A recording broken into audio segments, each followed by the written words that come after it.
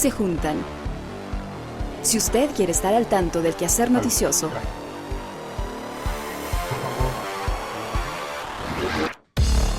conéctese a www.elciudadano.gov.es. Muy buenas tardes, amigos televidentes. Interrumpimos nuestra programación habitual de CN Plus para dar paso al conversatorio del presidente de la República, Rafael Correa, con los medios de comunicación desde el gobierno zonal. Les recordamos que esta mañana el presidente de la República cumplió varias actividades en el sector de Durán, entre ellas un recorrido por la obra de rehabilitación y adecuación del centro de entrenamiento para el alto rendimiento y luego visitó una carpa explicativa. En este momento el presidente va a tratar los principales temas de coyuntura de la actividad nacional. Los invito a escuchar las palabras del jefe de Estado. La señal de radio pública y es la matriz de este servicio informativo.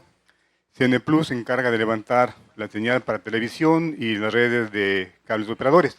Al mundo nos están escuchando y viendo a través de www.elciudadano.com.es. Señor presidente, buenas noches, bienvenido. Gracias, Rodrigo, y bienvenidas y bienvenidos. Muchas gracias por estar aquí. Muchas gracias a aquellas radios y a aquellos canales de televisión que nos retransmiten en vivo.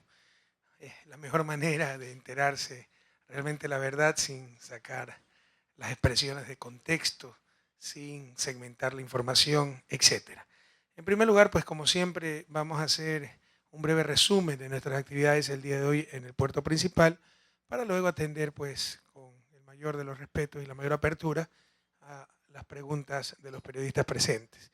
Vinimos temprano de Quito a Guayaquil, fuimos directamente al Centro de Alto Rendimiento de Durán, lo que va a ser el Centro de Alto Rendimiento de Durán. Son instalaciones realmente espectaculares, va a ser el 5º centro de alto rendimiento que tenga el país, es decir, infraestructura de primera para preparar a nuestros deportistas. Ya tenemos 3 totalmente listos y 2 construyéndose o terminándose. Los que están listos es aquel en Carpuela, provincia de Imbabura, el de Río Verde, provincia de Esmeraldas, Macas, una infraestructura espectacular. Ahí tenemos unos pequeños problemas con la residencia, pero son pequeños detalles constructivos. Se está terminando el Centro de Alto Rendimiento de Altura de Cuenca y se está terminando el Centro de Alto Rendimiento de Durán. Pero aquí cabe un comentario y prohibido olvidar. 7 años de gobierno, la memoria es frágil. Pareciera que siempre las cosas fueron así. En buena hora, que se eleven los estándares, las exigencias de la ciudadanía ecuatoriana, que ya rechace, que se la estropee, que no reciba como limosna lo que son derechos, maravilloso, pero sin olvidar el pasado. Este Centro de Alto Rendimiento de Durán era nada más y nada menos que el Club Social y Deportivo del Banco Central del Ecuador. Así como tenía también un Club Social y Deportivo en Quito, que ahora es el Ministerio de Deportes y un centro activo donde entran los lustrabotas gratuitamente a nadar en una piscina espectacular, cubierta, temperada, donde hay canchas de arcilla iluminadas, cancha de césped artificial para fútbol, coliseo. Todo eso tenía esa burocracia dorada, con incrustaciones de diamante, no solo dorada. Y tenían también otro centro cultural y deportivo en Cuenca. No solo era el Banco Central, sí era esa clase de burocracia dorada, porque los maestros no tenían eso, la policía no tenía eso, pero sí esta burocracia relacionada con la parte financiera, relacionada con burocracias internacionales, que además hicieron un gran daño al país. Con todo respeto a los funcionarios del Banco Central, que hay, y buenos, pero dirigentes del Banco Central, eran vendepatrias. Miren dónde están todos, ¿no? Acabando sus sacrificados días en Washington, ¿no? Trabajando para el Fondo Monetario, Banco Mundial, la deuda externa se negociaba siempre a favor de los acreedores, no a favor del país. Y además de eso, se construían sus clubes de lujo. Este club tiene hasta discoteca. Vaya, vean. Tiene sauna, baño turco, piscinas. Y eso era para un puñado de burócratas con plata del pueblo ecuatoriano. Con la Revolución Ciudadana, ¿cuál es nuestra filosofía? Pagar lo mejor posible a nuestros servidores públicos y que con plena libertad y dignidad se afilien al club que deseen. Pero el Estado no tiene por qué estar haciendo clubes para ciertos servidores públicos. Por supuesto, esto nos ha traído el rencor, la animadversión de ciertos segmentos de la burocracia, pero ¿qué le vamos a hacer? Nosotros actuamos en base a principios, pero prohibido olvidar, ese es el cambio de época. Antes no había escuelas del milenio, sí habían clubes de lujo para la burocracia, la alta burocracia. ¿Se dan cuenta el contraste? Ahora ya no hay esos clubes de lujo y sí tenemos escuelas del milenio, PCs, nuevos carreteros, centros de salud. Lo que les quiero transmitir es que no existía plata antes, estaba terriblemente mal asignada. Pero tenemos esta herencia, estos clubes de lujo. Y nuestra intención, nuestra vocación, nuestra decisión es ponerlos al servicio del pueblo ecuatoriano. Esto tuvo un tiempo en manos del COE, no lo administró bien, lo recuperó en el 2012 el Ministerio de Deportes, hemos intervenido y en verdad está en muy buenas condiciones el Centro de Alto Rendimiento, pero todavía se sigue construyendo. Por ejemplo, se van a poner aquí institutos de investigación deportiva, seguimiento a nuestros deportistas con técnicos y académicos del mayor nivel a nivel mundial. De hecho, ustedes conocen el programa Prometeo, ¿no? El dios griego, semidios griego del fuego.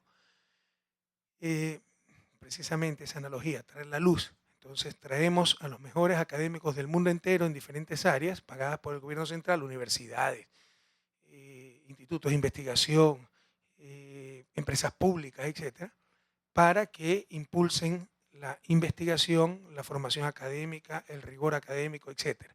Entonces va a venir Prometeos en la parte deportiva para con las mejores técnicas a nivel mundial medir a nuestros deportistas, hacer investigación, etcétera, y también se están preparando esos institutos de investigación deportiva en este centro de alto rendimiento.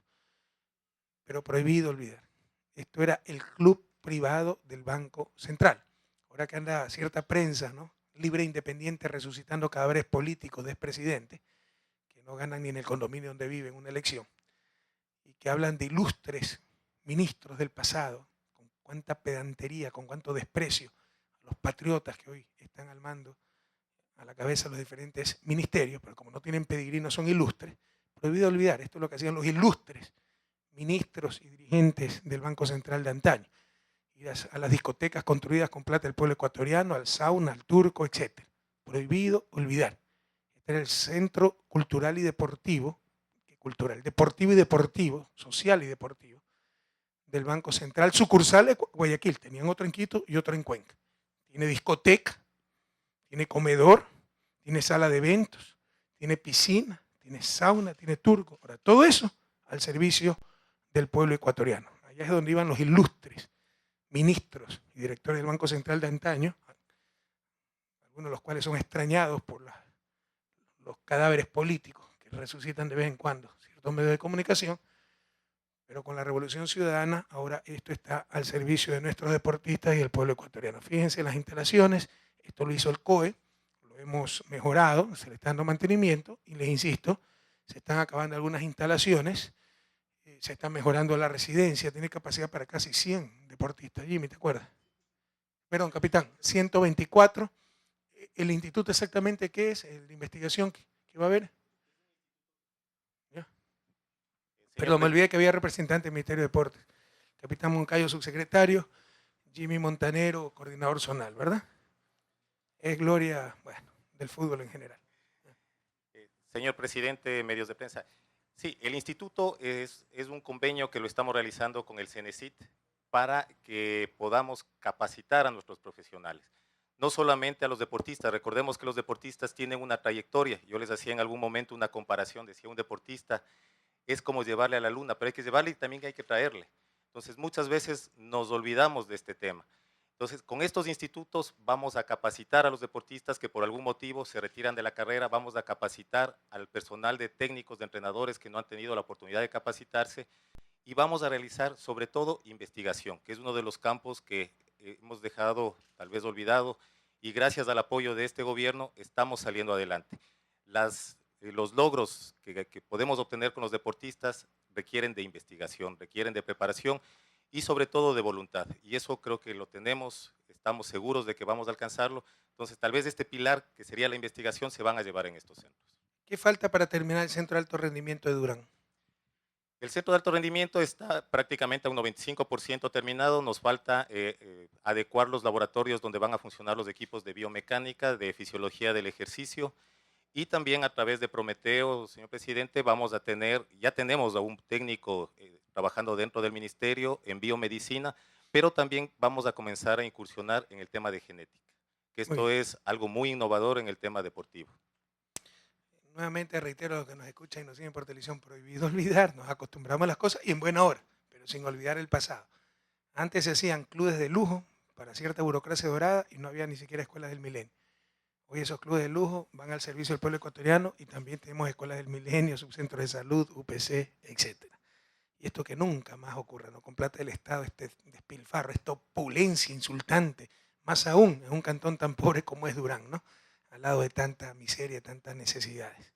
Hasta discoteca tenía esa burocracia en este centro de alto rendimiento. ¿En qué vamos a convertir la discoteca? No la vamos a dejar como discoteca. Bueno.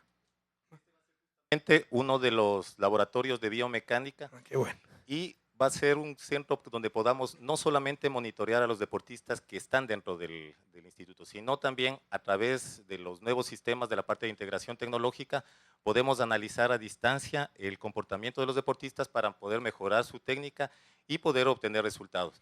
Esto también no solamente en la parte deportiva, sino también dentro de la parte económica, porque esto va a ser realmente invertir en nuestros deportistas. Esto va a dejar de generar un gasto, sino más una inversión. Con esto podemos nosotros realmente determinar cuáles deportistas son potenciales medalleros y llegar hacia ellos. Muy bien, bueno, como siempre, pues luego visitar, recorrer la obra, tuvimos una carpa explicativa con la comunidad, muy contenta la gente de Durán. Por supuesto, falta de todo, no hay agua potable, tenemos que llevar el agua por tanquero. Las vías de acceso están sin asfaltar, llenas de baches, destrozadas, no hay alcantarillado. Gracias a Dios hemos ganado la alcaldía de Durán y hemos ganado de largo. La hemos liberado del dominio social cristiano y bueno, vamos a intervenir fuertemente con nuestra alcaldesa electa, Alexandra Arce, para recuperar el tiempo perdido y dotar a Durán de los servicios básicos que siempre ha merecido. Luego de esto, pues nos trasladamos al gobierno zonal del litoral, tuvimos una hora de actividades de despacho y luego una reunión también para gestión. A mí me gusta mucho la gestión, no me gusta mucho la política. Me gusta la política en el sentido de buscar el bien público, pero eso de conciliar intereses, estar buscando candidatos y y lograr consensos, que muchas veces es que todo el mundo esté de acuerdo con lo que le tocó. O sea, esa clase de política no es para mí. En todo caso, me gusta mucho la gestión y el día de hoy ha sido destinado sobre todo a aquello, gestión.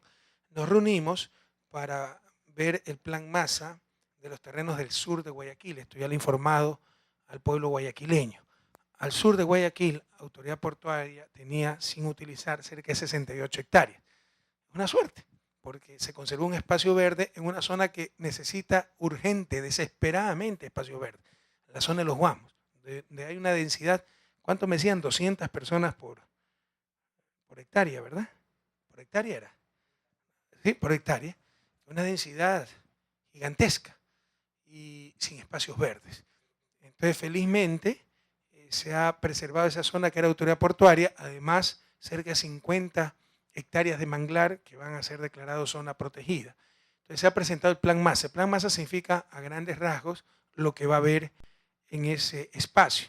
Va a haber el hospital que se está construyendo, va a haber 2 escuelas del milenio, si me escuchan los Guamos. Ah, no, pero usted dijo presidente de 3.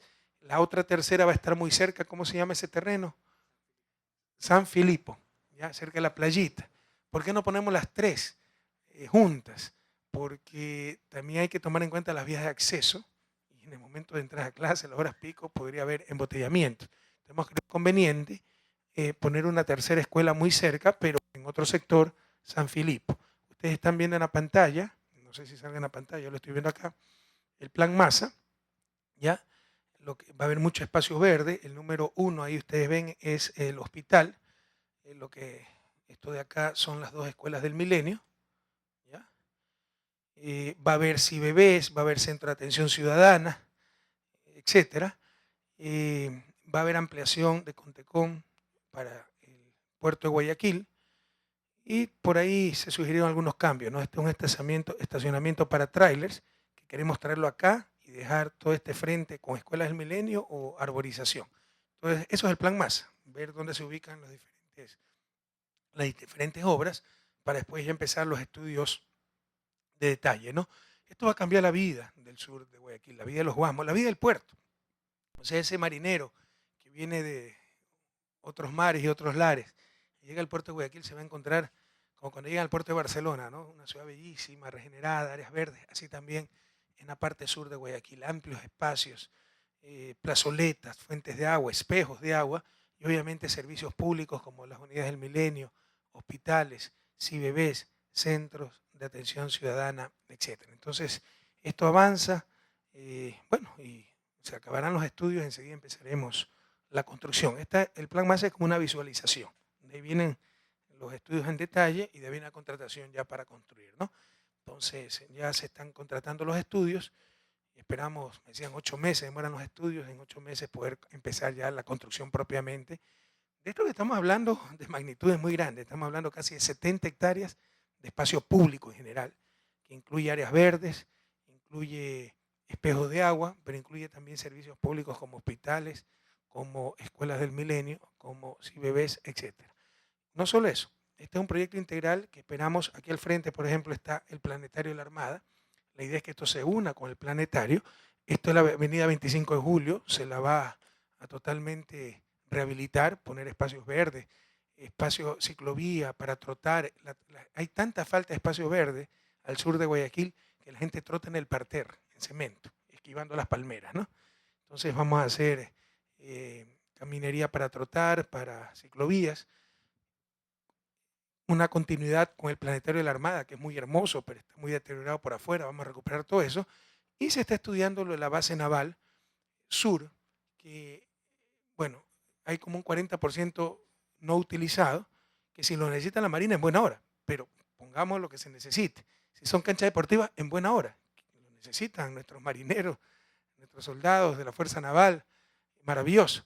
Pero si es posible también que tenga acceso al público. Entonces estamos estudiando aquello para ver si se hace un continuo entre este espacio verde, donde eran los terrenos de autoridad portuaria, planetario y base naval sur, pero que sea un continuo de espacios verdes, caminería, ciclovía, etcétera, que insisto, tanto necesita el sur de Guayaquil. Y todo Guayaquil, dicho sea de paso. Bueno, básicamente esa fue la reunión y las actividades en la mañana. De tarde, pues tuvimos actividades de despacho y luego otra reunión también sobre gestión, ¿no? Que insisto, me gusta mucho. Y ver, de esto está encargado básicamente Inmobiliar, la institución pública que se encarga de los bienes inmuebles del Estado, porque aquí va a haber colegios, va a haber hospitales, va a haber CIBBs, etc. Pero ustedes saben que también hemos creado la empresa de parques por la necesidad urgente de espacios públicos, espacios comunitarios en nuestras ciudades. Estrictamente hablando, no es responsabilidad, no es competencia del gobierno central, pero es un problema que nos atañe a todos. Una de las carencias mayores de nuestras ciudades, empezando por Guayaquil, es la carencia de espacio público, espacios verdes. Y no esos espacios verdes de la oligarquía de antaño y actual, ¿no? El Parque Seminario. ¿Por qué creen que se llama Parque Seminario? Que lo donó la familia Seminario a principios del siglo XX, Gran Cacao, y le pusieron rejas porque solo podía entrar la gente pedigrí. ¿No? Ustedes no podían, cualquiera no podía entrar al Parque Seminario, por eso son las rejas, esas antiguas. Bueno, tenemos reproducción de esos comportamientos en el siglo XXI, lo cual es una vergüenza, ¿no? Espacios públicos deben ser de libre acceso para las grandes mayorías, lugar de encuentro, etc. Esa es la filosofía del gobierno de la Revolución Ciudadana. Y eso se necesita en todas las ciudades. Quito, aunque Quito tiene mucho espacio verde, pero allá, por ejemplo, con el municipio hemos hecho el Parque Guápulo, que era la hacienda de Nicolás Lande, un banquero, Parque de la Contraloría. También la Contraloría tenía su centro social y deportivo, con piscinas, con saunas, con todo. Eso en este momento ya es un parque público, cerca de la mitad del mundo. Hemos hecho en Ibarra. Esperamos poder hacerlo en Tena, en el viejo aeropuerto, ojalá en Machala, ojalá en Puerto Viejo, Ambato, Riobamba. Todos los municipios que nos piden ayuda en esto es un objetivo también del gobierno central, dotar de espacios públicos, espacios comunitarios y, si es posible, espacios verdes a nuestra ciudad. Es el punto de encuentro, es la vida de la comunidad. La comunidad son individuos, pero es lo común también, ¿no? Y si no hay espacio para lo común, entonces estamos rompiendo el sentido de comunidad. En todo caso, recuerden lo que hemos anunciado desde hace varios meses, lo que dijimos en campaña, y nosotros no es que improvisamos, Son cosas que se están estudiando e incluso se están ejecutando. Tienen la presentación, por favor, los diferentes parques de Guayaquil. Aquí está lo que va a ser el parque, podríamos llamarlo temporalmente el MAGAP, porque aquí está el edificio del MAGAP. Obviamente aquí estamos asumiendo que se derrumbó ese monstruo que era ese edificio, ¿no? Que al inicio fue un atentado a la estética, pero también un atentado a la seguridad, a la funcionalidad, etc. Entonces la idea es hacer un espacio verde en esa área de Guayaquil que tanto necesita espacios verdes. Como decía en la reunión, pues tal vez el único espacio verde cercano que se me ocurre es el cementerio, ¿no? Pero no creo que sea muy adecuado para hacer con niños pequeños, para que jueguen los niños pequeños. Entonces, este es nuevamente el plan Masa, ¿no? Aquí está el edificio del MAGAP, se va a derrumbar, va a haber espacios verdes, caminería, espejos de agua, y aquí hay una gasolinera que va a ser expropiada. Ya hemos hablado, ¿no? En buenos términos, ya está expropiada, y va a haber un paso peatonal y ciclístico conectando los dos terrenos. Esta es la calle Alejo Lascano, ¿no? Es vía del Metrovía también. Por eso, ¿y esta entonces qué es? Sí, ¿verdad? Por ahí pasa la Metrovía. Por eso es que no pudimos clausurar la calle para hacer un continuo, sino que va a haber un paso elevado. Parte de los estudios, se están haciendo los estudios, es definir qué clase de parque se requiere. Si hay muchas familias, un parque infantil, un parque, esos son juegos infantiles, etc. Si son adolescentes, puede ser para skateboard y todas estas cosas, o simplemente caminería, paisajismo. Entonces eso es parte del estudio. Se está haciendo ese estudio, depende de la población, depende de las condiciones del barrio, del sector, etc. Por ejemplo, aquí no va a haber parqueaderos, entonces la gente llega a pie. Todo eso define la clase de parque, la clase de obra que se haga. Ya están haciéndose los estudios, pero aquí vamos a tener casi 1 hectárea en un área donde hay un árbol en Guayaquil, casi 1 hectárea de espacios verdes, paisajismo, espejos de agua, en fin, lugar público, lugar común, ¿no? Para ese sector y para Guayaquil entero. Ese es un parque, sigamos. Si tienen alguna pregunta de esto, me avisa. El otro parque, como habíamos dicho, es donde se encuentra el Banco Nacional de Fomento a la entrada de la Tarazana, que tenía unas bodegas horrorosas, que hace un banco con bodegas. Guardaban tractores, guardaban carros viejos, guardaban todo. Y lo que no hacían era prestar, ¿no?, a los agricultores. Bueno, y también había ahí un centro social y deportivo del Banco de Fomento. Por supuesto, todo eso se acabó con nuestro gobierno. Por eso insisto, nosotros tenemos grandes adversarios, ¿no?, y enemigos, gente que nos tiene jurada, porque hemos afectado importantes intereses. Pero también tenemos un inmenso apoyo popular porque siempre actuamos en función del bien común. Entonces, este es un poco el diseño. Aquí está el edificio del Banco de Fomento, se lo está evaluando para ver si es una estructura que vale la pena mantener, se le daría algún uso, un centro de desarrollo comunitario, un CIBB, etc. Y todo esto sería el parque. Aquí está un poquito, precisamente para eso fue la reunión, ¿no? Para mejorar los diseños. Aquí pensaban construir otro CIBB, entonces esto va a ser espacio verde, y no solo eso. Estos son galpones, construcciones precarias, básicamente Sardinas Real. Vamos a hablar pues con esa empresa para ver si nos pueden vender estos terrenos y tendríamos también todo esto de espacio público y ojalá espacio verde. ¿Ok? Precisamente para eso es la reunión, insisto, para mejorar las ideas, ver cómo se puede optimizar, etc. Esto también se está estudiando y está avanzando. Esto básicamente sería un parque infantil, porque indudablemente la Tarazana pues son casas de familias y necesitan espacios de recreación. Cerca de esta área existen multifamiliares, entonces, que requieren pues los niños, los bebés, las familias, espacios pues donde pasar el tiempo libre de manera segura, los niños jugando al aire libre, etc. Sigamos. Este es otro de los proyectos. Queremos unir el puente peatonal de la isla Santay, que llega a la calle El Oro, ¿no?, donde el que sabemos, con el Palacio de Cristal, a donde termina el Malecón 2000. Entonces, queremos hacer aquí nuevamente una conexión para ciclovía, paseo peatonal, espacios verdes. Esto pasa por barrios muy tradicionales de Guayaquil, como el barrio del Astillero. En otros países esos barrios son atractivos turísticos. El barrio de La Boca en Buenos Aires. Entonces, la idea es rescatar todos esos barrios tradicionales, ¿no? Entonces estamos haciendo ese estudio, es 1.7 kilómetros de largo. También estamos estudiando aquello. ¿Cómo? En Durán, para eso sirven las visitas del propio presidente. También vamos a tratar de unir el centro de alto rendimiento con el puente peatonal de la isla Santay hacia Durán. Está a unos 800 metros el puente. Con lo cual, pues se podría ir en bicicleta desde Guayaquil hasta el centro de alto rendimiento en Durán. Sigamos. Este es el otro proyecto, el otro parque.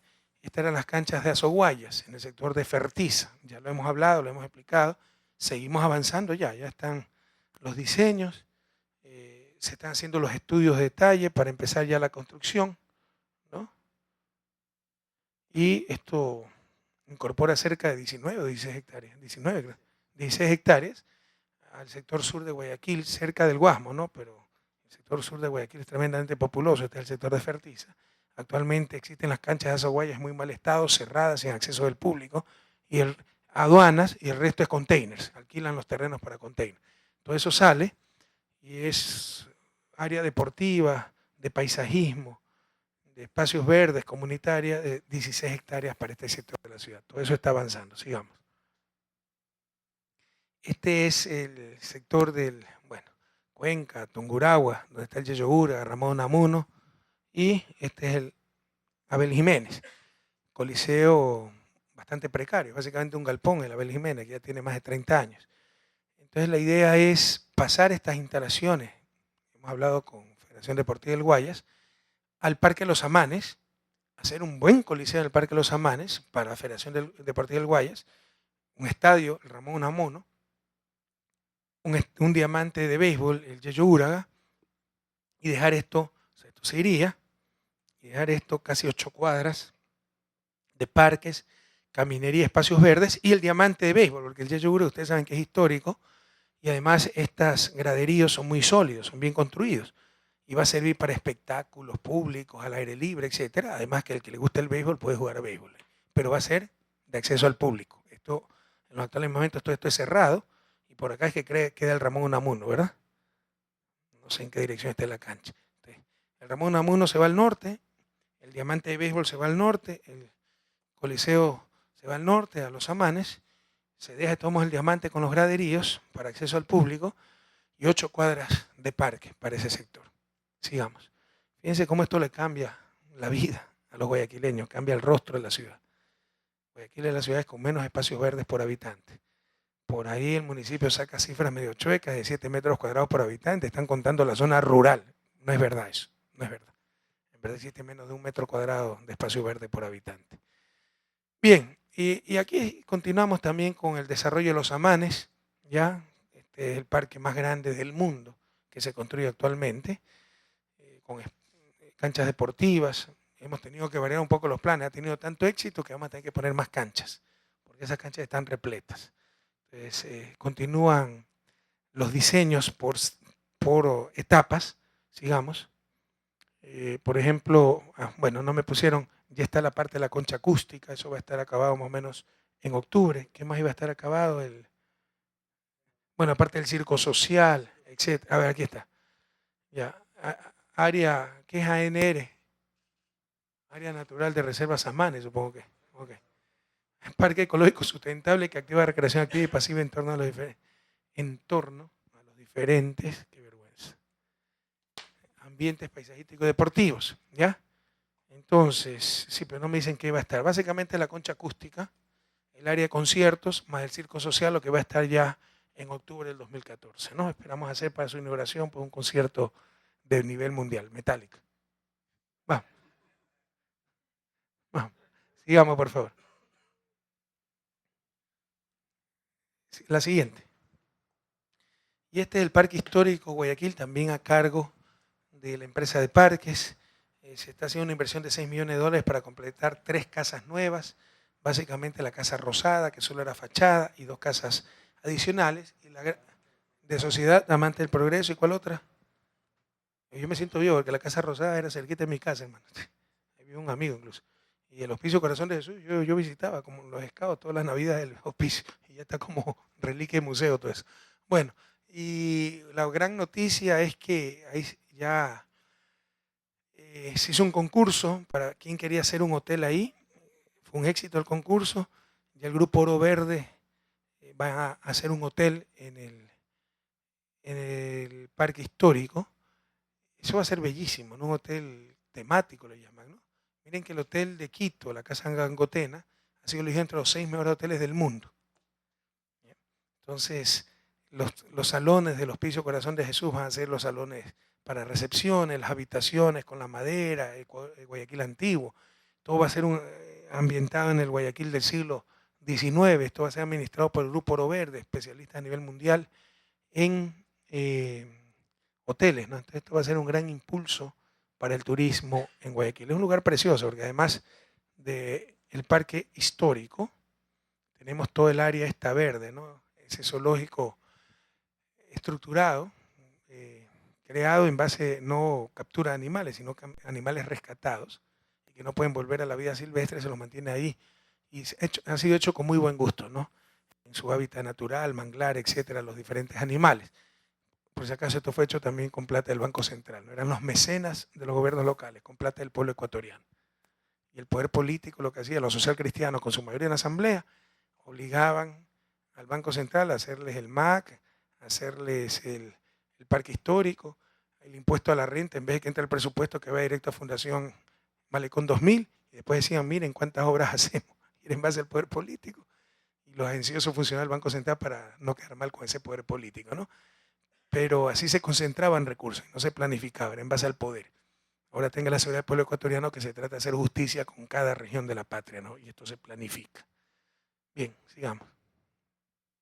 También aquí se va a mejorar el muelle en el parque histórico. Bueno, esto es el modelo de gestión que se quiere proponer y básicamente esa fue la reunión con la empresa de parques, la revisión de cómo marchan, ¿cuántos son? 8 o 10 parques. También estamos estudiando el malecón, ¿no? De Pascuales. Bueno, parte de ese malecón es el Palacio de Cristal hasta el puente de la Isla Santa Eva. Va a ser el primer segmento que trataremos de hacer. Hay que ver si se puede, hay que estudiar los terrenos, de quiénes son. Necesitamos la colaboración del municipio, de las empresas que están a la orilla del río, hay que ver si se pueden reubicar los muelles o cómo coordinar el paseo ciclístico, peatonal con los muelles existentes, etc. ¿No? Hay algunos desafíos técnicos en esos estudios.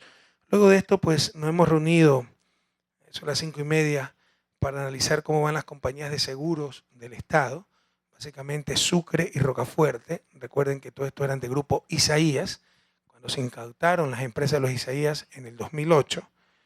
Y lean el diario El País, que hasta eso critica la incautación y los juicios a los hermanos Isaías, impresionante, ¿no?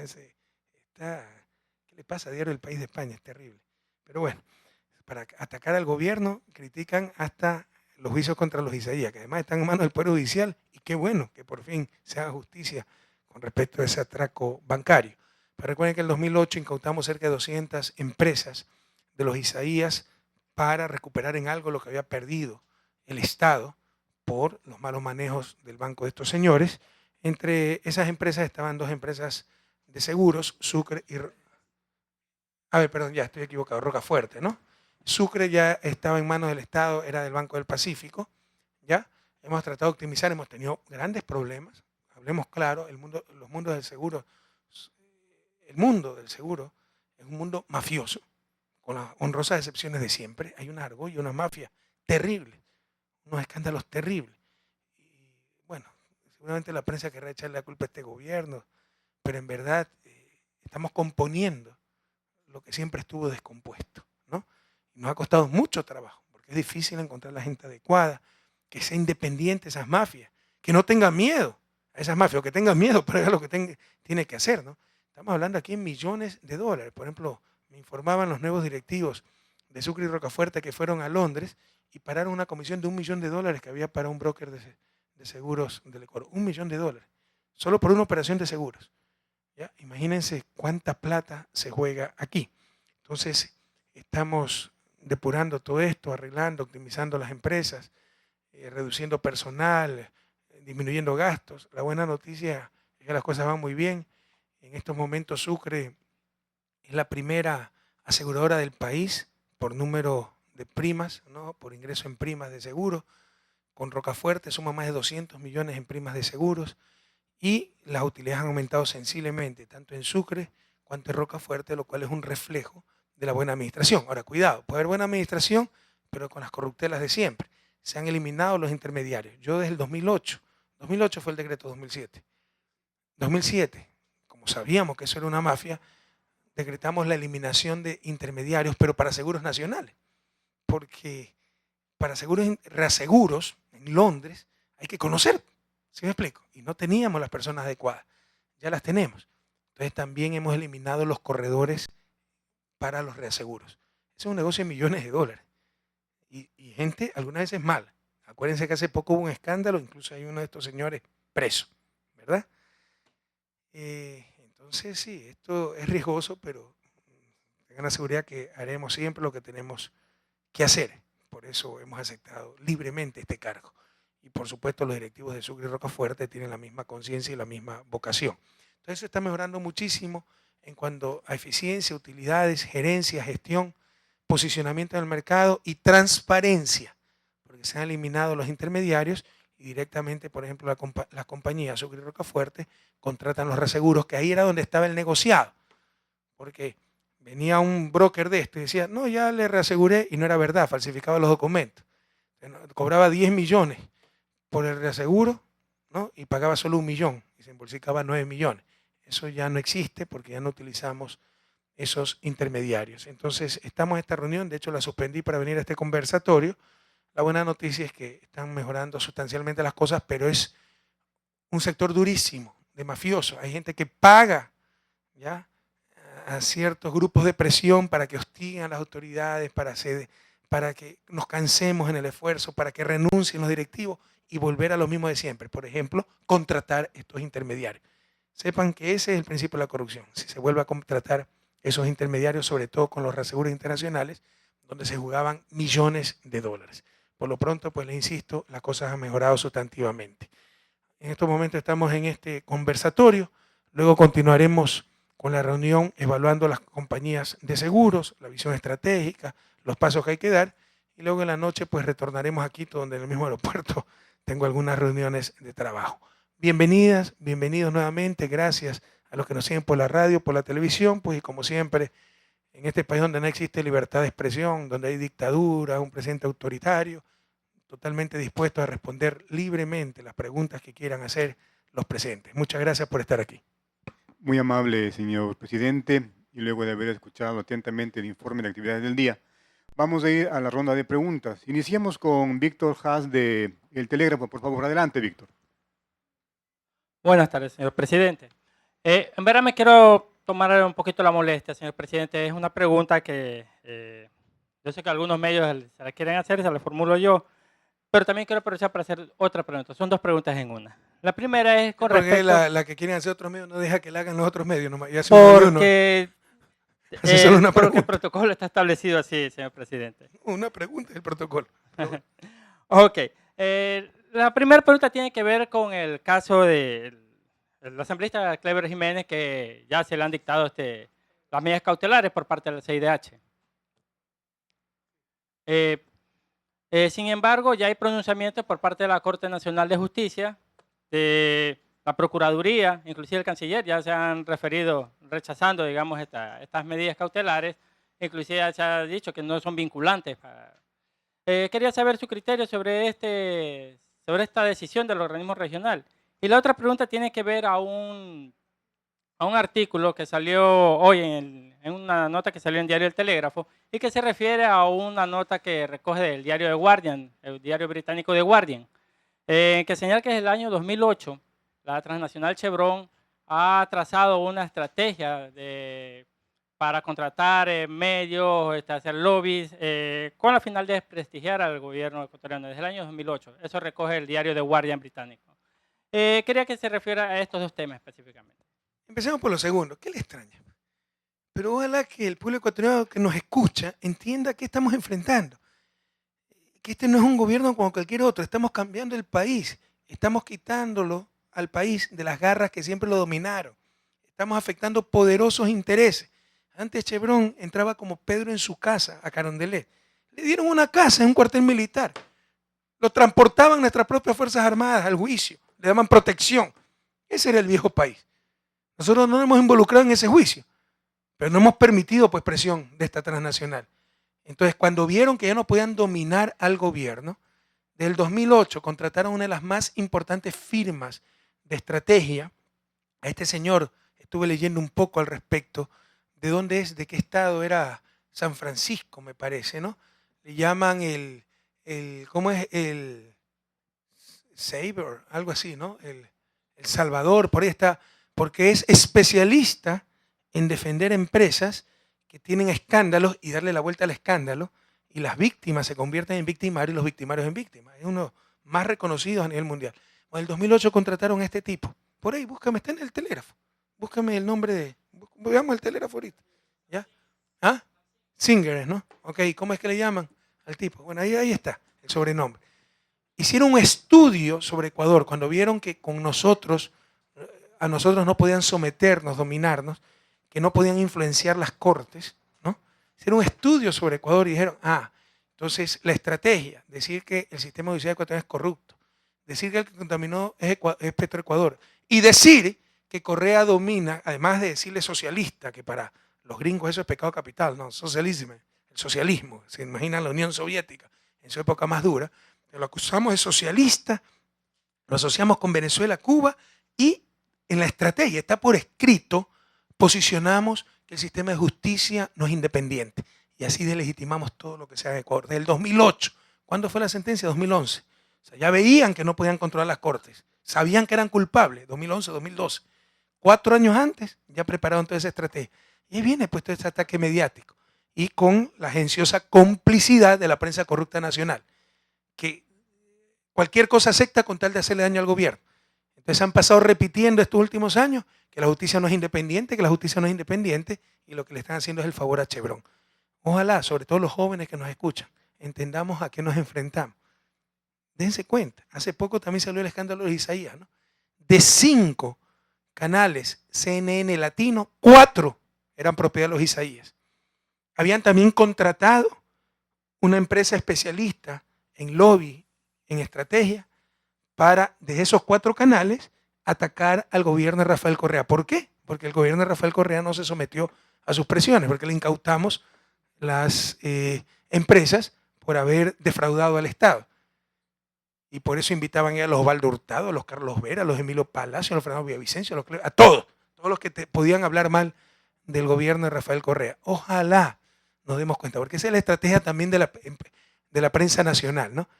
Como este gobierno no se somete al poder mediático, no les tenemos miedo, respondemos, defendemos la verdad, hay que castigarlo. Entonces, todos los días tratar de presentar al presidente como el dictador, el autoritario, el represor, que aquí no hay libertad, que alguien alza la mirada y ya se va preso, ¿no?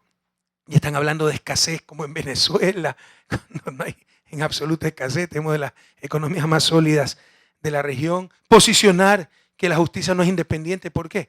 Porque ganamos algunos casos, como perdemos otros, el de César Carrión perdimos. Y persecución política, ¿por qué? Porque los que cometen crímenes, delitos, son políticos. Pero se investiga el delito, así sea político, bombero, boy scout, etc. Y ahí sí, cuando se sanciona a un tipo que indudablemente, esa es la primera pregunta que me hizo y ya le voy a demostrar, cometió un delito y muy grave, ahí es persecución política. ¿Se acuerda de Roberto Cuero, gobernador de la provincia del Guayas? Todo lo que le dijo la prensa. Se lo ha expulgado por todos lados. Pusieron investigaciones por todos lados y en todas ha salido absolutamente indemne. Y ahí no dice nada la prensa. Si se dan cuenta cómo nos manipulan. Y ahí no fue persecución política. El tipo ha salido absolutamente limpio de todas las investigaciones. Y ustedes han leído algo en la prensa. Pero cuando se condena a un tipo con un evidente delito, si es político y empieza a insultar al gobierno, persecución política. Eso es lo que todos los días trata de posicionar la prensa. Entonces, ciudadanos del Ecuador, entendamos a qué poderes nos estamos enfrentando. Estamos cambiando la historia de este país. Y por supuesto, los poderes que siempre dominaron este país, externos e internos, están dispuestos a todo con tal de dañar al gobierno. Entonces, ahí usted tiene 2008 Chevron, toda una estrategia. está en una tremenda investigación del Telégrafo, verá que no sale nada en El Comercio, Universo, La Hora, La Hoy. Hoy, Expreso, la prensa de siempre, ¿no? Tiene que ser el Telégrafo el que haga la investigación, ¿no? Toda una estrategia, una de las firmas de estrategias más importantes de Estados Unidos para destruir al gobierno ecuatoriano, porque sabían que ya no podían dominar al gobierno, ¿no?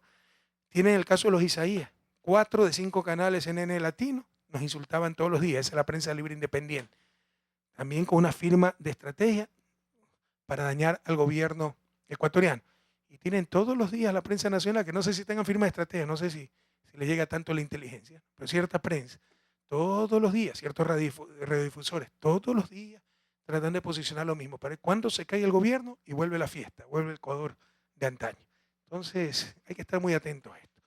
Entonces eso con respecto a Chevron, ¿no? Claramente tuvo una estrategia del 2008 para atacar al gobierno ecuatoriano, porque veían que ya no podían presionar, que ya no podían condicionar al gobierno, que ya no los recibía el presidente de la República, que había que destruir al gobierno, al país, a nuestro sistema de justicia y de legitimar lo que sabían que iba a suceder porque se sabían culpables.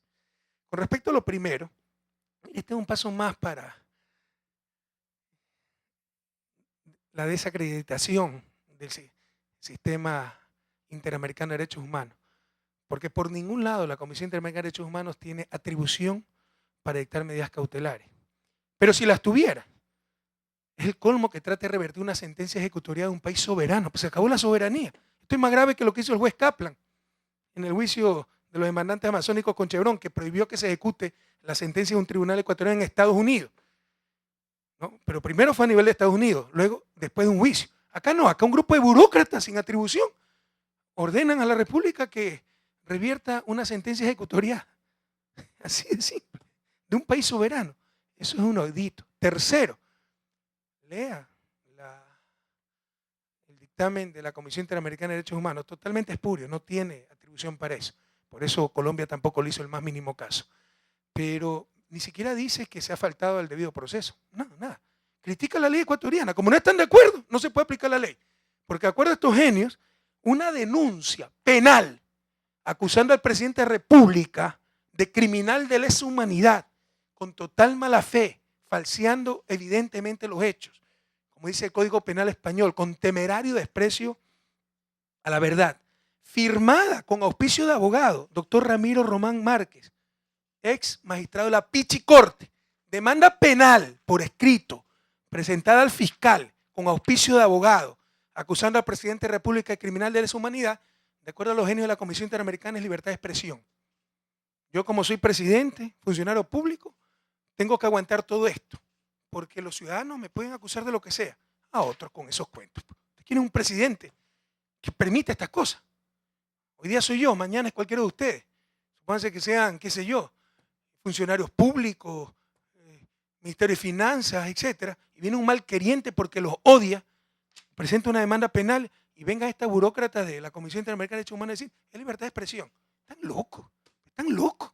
Es parte, por si acaso, de toda una estrategia, más que estrategia de mentalidad de esta gente, de que nosotros podemos ganar las elecciones, pero ellos son los que tienen que gobernar. Es decir, ¿quién tiene que dictar las políticas públicas? No el gobierno, sino la CIDH. Los presidentes, los funcionarios públicos solo podemos ser insultados, no podemos contestar. Libertad de expresión es que los medios de comunicación calumnien, injurien, y nadie les puede decir nada porque se atenta a la libertad de expresión. A otros con esos cuentos. Una de las cosas que da la experiencia es discernir entre los humos y las nubes, ¿verdad?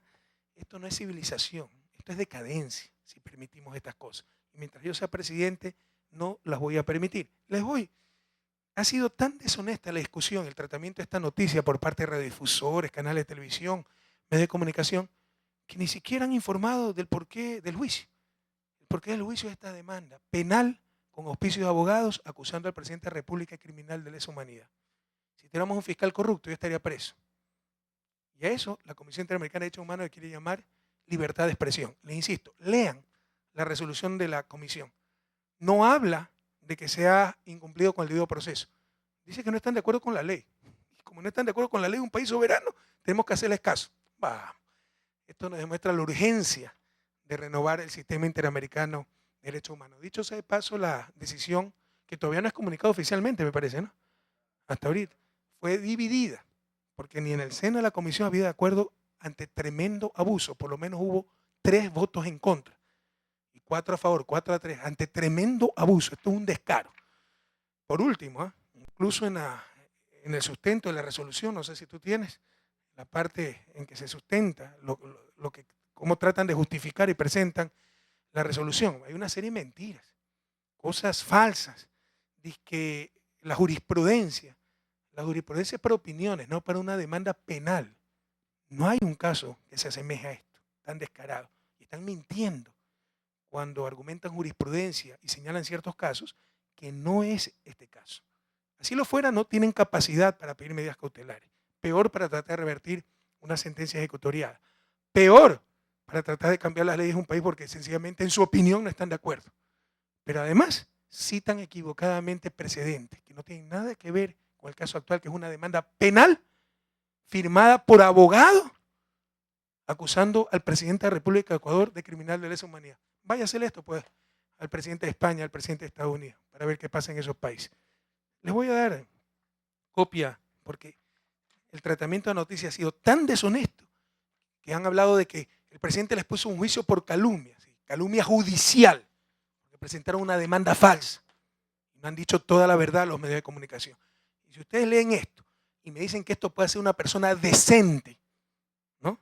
Una persona honesta, yo retiro todos los cargos. Pero después que lean esto, van a ver que los autores de esto son sencillamente gente dañada, enferma, que deben ser sancionadas con todo el rigor de la ley. No podemos permitir esto en una sociedad civilizada. Por favor, repartan. No sé si quieras agregar algo más, Alexis, el asesor jurídico de la presidencia. Un poco son temas técnicos. Los jueces para resolver y la comisión tienen que basarse en precedentes que los obliguen a resolver igual, ¿no es cierto? Opiniones anteriores similares. Ellos se basan y mienten. No hay ningún precedente de un asambleísta que haya demandado penalmente por genocidio a una autoridad. No existe. Eso es mentira. Ellos citan precedentes que son falsos. Citan como 7 precedentes. Ustedes revisen el informe de la comisión dictado ayer. Es mentira. Están mintiendo descaradamente. Y reitero lo que dice el presidente, que no han cuestionado ni mal hecho el proceso, ni que el juicio estuvo mal iniciado, de que hubo presión judicial, de que hubo no se cuestiona la limpieza del juicio penal, nada de eso se cuestiona. Solamente para ellos no va a haber delito cuando un asambleísta acusa de genocidio a un jefe de Estado. Más que cuidado, no es el asambleísta, es con 2 personas que no tienen nada que ver con la asamblea y con un abogado ex magistrado de las Pichicortas que tampoco pertenece a la asamblea. No es verdad tampoco que actuó como asambleísta, pero así haya actuado como asambleísta, esto no es parte de sus funciones como asambleísta. Esto no cubre la inmunidad parlamentaria. Pero en todo caso, sepan ustedes que 8 meses se investigó esta denuncia. Mientras yo tenía que ir a un país, tenía que hablar. ¿Quién me defendió aquí, Alexis? ¿Tú o ya? Tenía que hablar con el asesor jurídico para ver cómo nos defendíamos. En cualquier momento se puede dictar orden de prisión, una demanda así. Hasta que logramos que se imponga la verdad y se declare maliciosa y temeraria. Entre otras cosas, ¿saben lo que dicen, no? El 30 de septiembre yo me escapé del hospital policial a la Universidad Técnica Equinoccial para preparar mi supuesto rescate. Y después volví para fingir ser rescatado. Entre otras cosas, entre otras maravillas. Lean esto. Y si alguien decentemente, mirándome a los ojos, me puede decir que esto es un error y que pudo haberlo hecho una persona bien intencionada, yo retiro todo. Pero si son personas de bien, ustedes llegan a la conclusión que esto lo hizo un enfermo, gente dañada. Esa gente es un peligro para la sociedad. Peor aún, si fueron gente representantes de esa sociedad. 8 meses se investigó esto. 8 meses el presidente preocupado de que no lo condenen, que no lo metan preso por criminal de lesa humanidad, por un delito que no ha cometido, en base a las mentiras de gente odiadora, que abusa de su poder, de su representación, etc. Logramos que se declare temeraria, maliciosa y temeraria, y se les puso el respectivo juicio. Y ahora se victimiza, y sale la esposa, los hijos, y que uno no tiene esposa ahí. Y ahora nos hablan de que hay que perdonar. Mi intención no es meter preso a nadie, es que se sepa la verdad. Pero esa gente ni siquiera pues reconoce su error. Y perdonar a alguien cuando ni siquiera reconoce su error tiene un nombre, se llama impunidad. Y eso es lo peor que le puede pasar a una sociedad. Señor presidente, muchas gracias. Vamos a continuar. Si acaso, aquí nadie dijo que el presidente estaba perseguido, ¿no? Que se judicializaba la política, como sacó hace poco Diario Hoy, ¿no? Presidente, ya basta de llevar la política a las cortes. Aquí nadie dijo nada. Cuando me llevaron a mí a las cortes en base a una mentira gravísima. que vean la hipocresía de cierta prensa. La CDH no dijo nada, porque de acuerdo a su mentalidad, por el delito de haber ganado elecciones, entonces uno tiene que aguantar cualquier cosa. Vamos a otros con esos cuentos. Por eso los peores llegaban de presidente en América Latina, porque había que tener una piel de cocodrilo para aguantar toda esta cosa. No, señor, no pidan que me deshumanice. Yo sabré defender la verdad y mi honor. Avanzamos, señor presidente.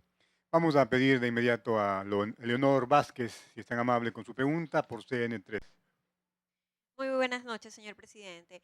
Nosotros sabemos pues que hasta el día jueves en Manta los delegados de la Unión Europea y Ecuador concluirán la segunda ronda de negociaciones sobre un acuerdo comercial. Mi pregunta es, ¿cómo ve usted la opción de cerrar precisamente un acuerdo con este bloque y superar posibles riesgos que podría representar para ciertas industrias nacionales como el sector agrícola, el farmacéutico o la pequeña industria? Gracias, Leonor. Vea, en primer lugar, ¿no? En estas cosas usted no solo actúa en función de sus principios, de su visión, sino en función de lo que hacen los otros. Es lo que se llama economía teoría de juego. Entonces, aquí hay un factor fundamental. Colombia y Perú ya firmaron un tratado de libre comercio. Colombia produce banano como nosotros, pero no solo banano, otras cosas también, flores, etc. ¿No? Primera cosa. Segundo, si me piden que no haya ningún riesgo, eso es imposible. Siempre hay riesgo.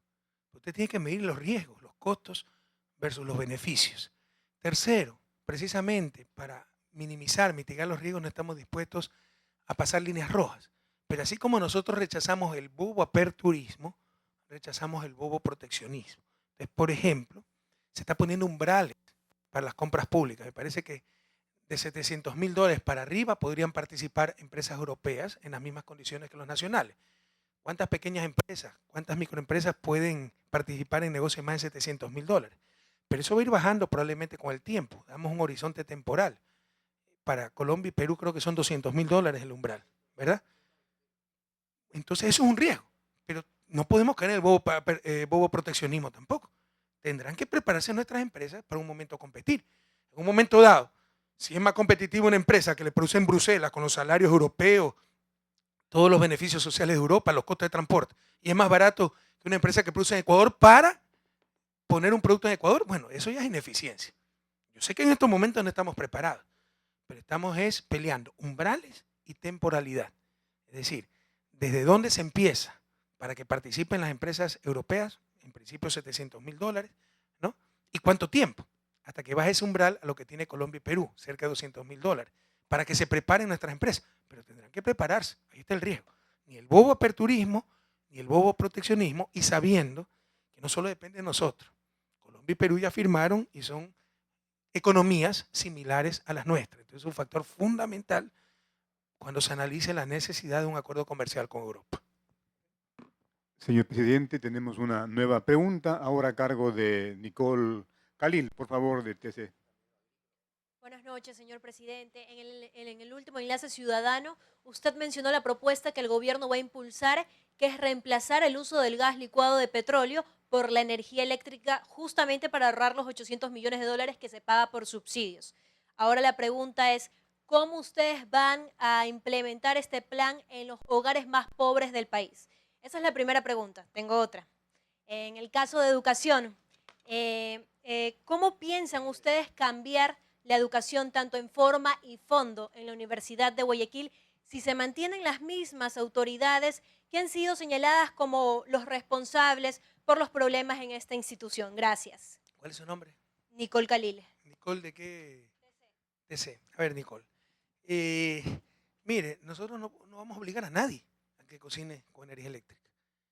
Dicen algunos que economía es la ciencia de los incentivos. Vamos a dar incentivos para que los individuos hagan lo socialmente deseable. ¿Okay? Y lo socialmente deseable es migrar del gas de uso doméstico a electricidad para uso doméstico. Para eso vamos a dar fuertes incentivos.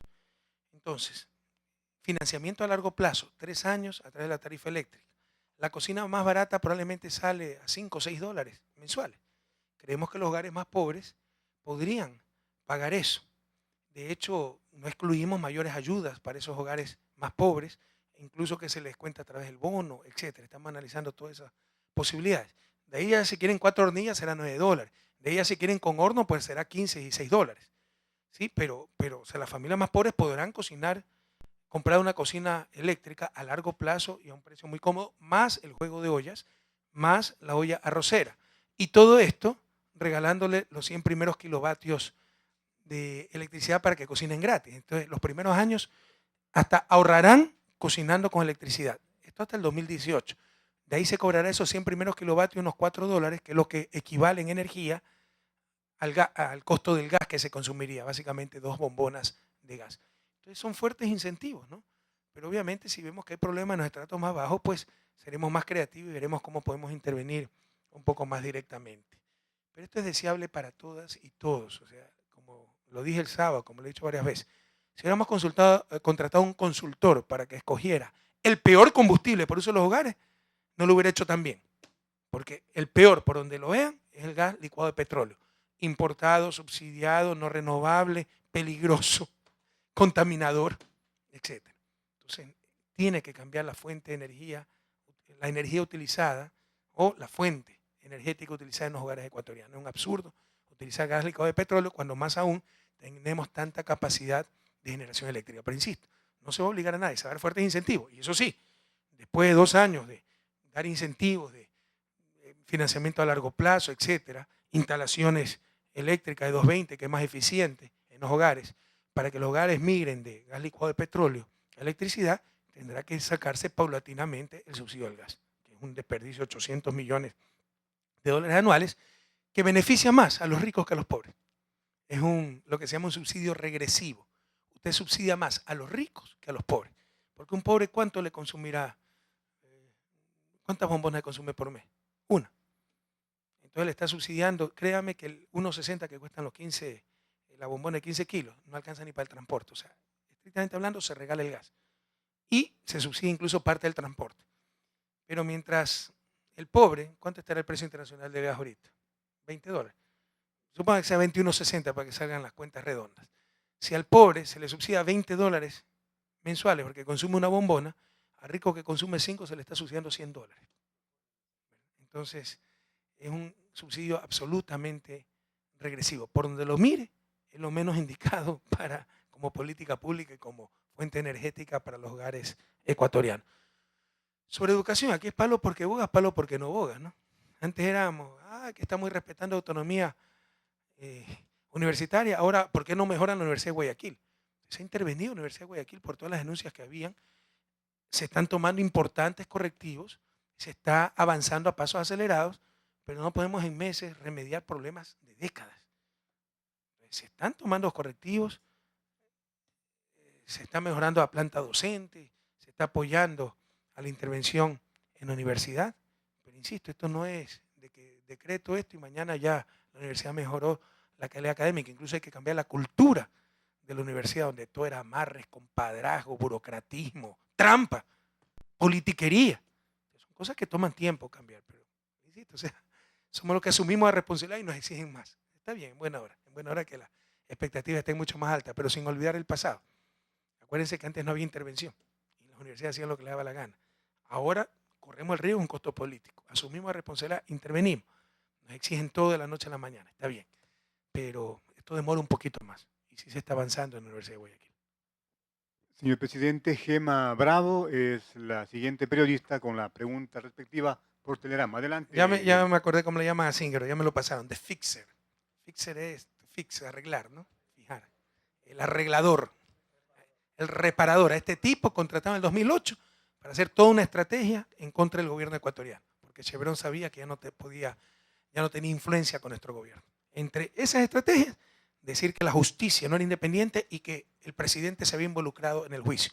Y eso con qué entusiasmo repite cierta prensa y contribuye cierta prensa para hacernos daño de que la justicia no es independiente. Le están haciendo el favor consciente o inconscientemente a Chevron.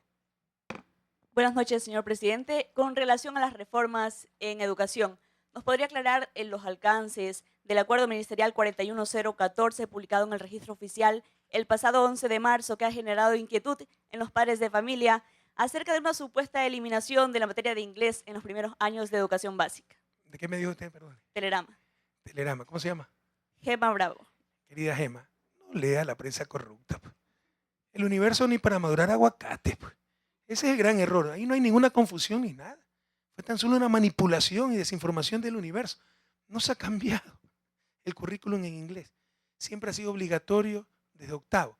Pero eso no significa que está prohibido enseñar antes. Pero tampoco queremos caer en engaño social y decir, yo creo que inglés mientras más temprano se enseñe mejor.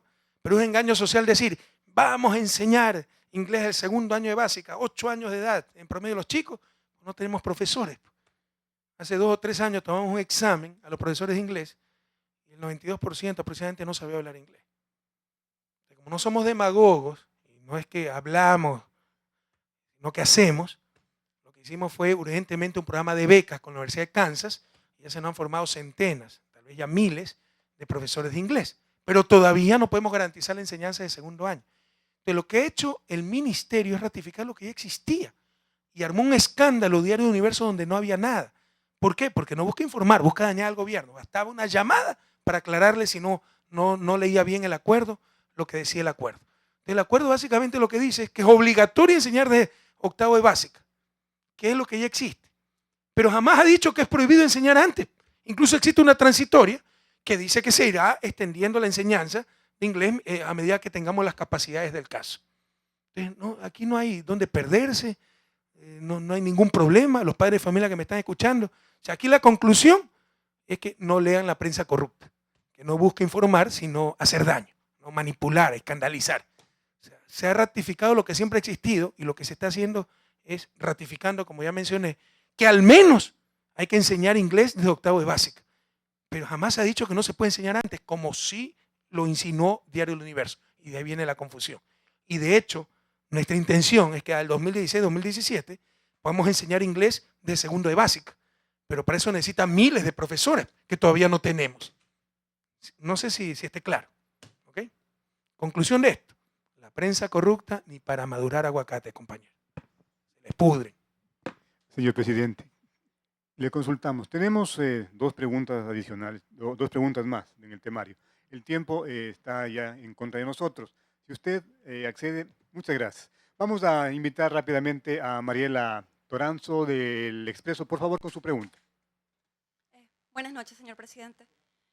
¿Cuál es su criterio con respecto a la prisión preventiva dictada contra Pedro Delgado, expresidente del Banco Central del Ecuador, y el beneficiario del crédito dentro de este caso, Gastón Dusac, ambos acusados de peculado bancario por parte de la Corte Nacional de Justicia? ¿Cuál es mi criterio? Que la justicia actúe pues, sin ninguna interferencia, que haga lo que tiene que hacer. Eso está en manos de la justicia. Si tiene las pruebas suficientes vinculando a Pedro Delgado con el crédito al señor Dusac, que en algún momento la prensa me sacó una foto diciendo que era mi amigo, etcétera. O sea, de las miles de personas que pasan por Palacio, me sacó una foto. Yo no conozco a este señor. Bueno, que haga lo que tiene que hacer. Y si hay las pruebas, que dicte prisión preventiva, ojalá puedan extraditar y traerlo a Pedro Delgado para que responda ante la justicia. Qué bueno que se haga justicia. Y si tienen las pruebas, que hagan lo que tienen que hacer. José Ramírez, por favor, si es tan amable, concreta la pregunta, si es tan amable, por favor. Con mucho gusto. Presidente, buenas noches. Es altamente... Perdón, todos recibieron ya la denuncia. Miren que ha sido tan maltratada esta noticia que ni siquiera mencionan la base del juicio. Yo le doy la mía. Venga. Que es esta demanda penal de Clever Jiménez, Villavicencio, que no es asambleísta, Carlos Figueroa, que no es asambleísta, firmado por el doctor Ramiro Román, ex juez de la Pichi Corte, que nada tiene que ver con la asamblea. Denuncia penal, acusando al presidente criminal de lesa humanidad. Y esto, la 6DH quiere llamarle libre, ¿cómo es? Libertad de expresión. Vamos a otro con esos cuentos. Presidente, es altamente complaciente, por otro lado, el reconocimiento de que es usted objeto mediante un estudio y no una consulta, no con llamados telefónicos, sino una minuciosa investigación respecto a lo que hizo la firma Lorente Cuenca, que realizó precisamente una evaluación de 20 presidentes en el concepto latinoamericano. Entre ellos está usted como uno de los mejores evaluados. ¿Cuál es su concepto, presidente, con relación a la opinión internacional? Y sobre todo, ¿qué implica esta nueva responsabilidad en el marco latinoamericano? Bueno, la verdad es que no he leído. Lo que sí le puedo decir es que normalmente somos el gobierno mejor evaluado a nivel de América Latina. Lo que no se reconoce por las mezquindades, las pasiones a nivel nacional, por los intereses, ¿no? E incluso muchas veces por la antipatía. Porque aquí hay periodistas que siempre se caracterizaron por ser de izquierdas progresistas, pero como no son ellos los que están haciendo los cambios, que nadie lo haga. Peor este mono improvisado, ¿no? Dale con todo. Más uno nos agacha la cabeza, ¿no? Más aún se atrevió a decir que Bonilla estaba mintiendo. Dale con todo, dale con más ganas. Pero en todo caso, a nivel internacional, donde existe un poco más apertura, pues se reconoce el éxito del país en lo económico, social, la estabilidad política, lo que ya se llama el milagro ecuatoriano. Sepan ustedes que incluso hay cátedras en universidades francesas sobre el caso ecuatoriano. El 23 de abril voy a recibir el doctorado honoris causa en la Universidad de Barcelona, una de las mejores de Europa. También nos propuso el doctorado honoris causa en la Universidad de Santiago de Chile, la Universidad de Víctor Jara. Vamos a dar conferencias en Harvard, en Yale. Pero lo que no se reconoce a nivel nacional por las mezquindades, las pasiones, los intereses, incluso las antipatías, se lo reconoce a nivel internacional. Entonces, yo no conozco de ese estudio, pero sí le puedo decir que reiteradamente a nivel latinoamericano nos ponen como el gobierno de mayor apoyo popular, el gobierno más técnico, el gobierno con mayor credibilidad, el gobierno con mejor política económica, o sea, lo acaba de decir el profesor Black de la Universidad de Kansas, me parece, el gobierno de Latinoamérica con mejores políticas económicas, bueno, y una serie de otros reconocimientos que antes eran imposibles pensar para el país. Y algún día yo creo que cuando cesen las pasiones con la serenidad que da el tiempo, también incluso de los más grandes odiadores a nivel del país, y algo de ética les queda, sabrán reconocer el proceso histórico que vivimos. Que no es de un presidente, ¿eh? Es de todo un equipo de trabajo, de todo un pueblo.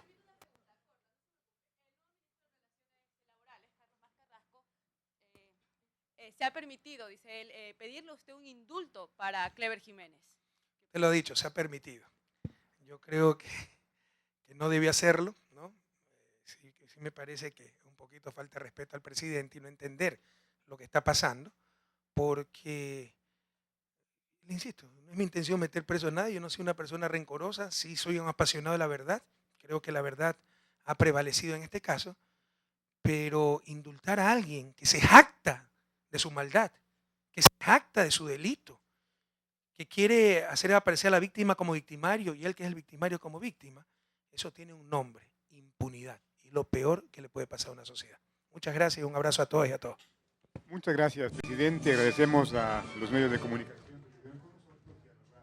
Dios, jueguen con la guitarra de la alegría.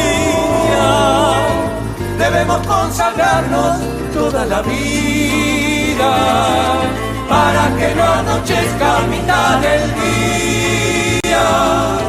¿Cómo será la patria sin las hogueras, donde se calcinaron huella y camino? ¿Cómo será la patria sin los puñales que en el pasado hirieron hasta el destino? ¿Cómo será la patria sin la violencia? ¿Cómo será la patria sin los traidores? ¿Cómo será la vida sin la tristeza que nos causaron sátrapas y opresores? Mi sueño, desde la humildad de mi patria morena, es ver un país sin miseria, sin niños en la calle, una patria sin opulencia, pero digna y feliz, una patria amiga, repartida entre todos y todas. Ahora, con el corazón les repito, jamás defraudaré a mis compatriotas,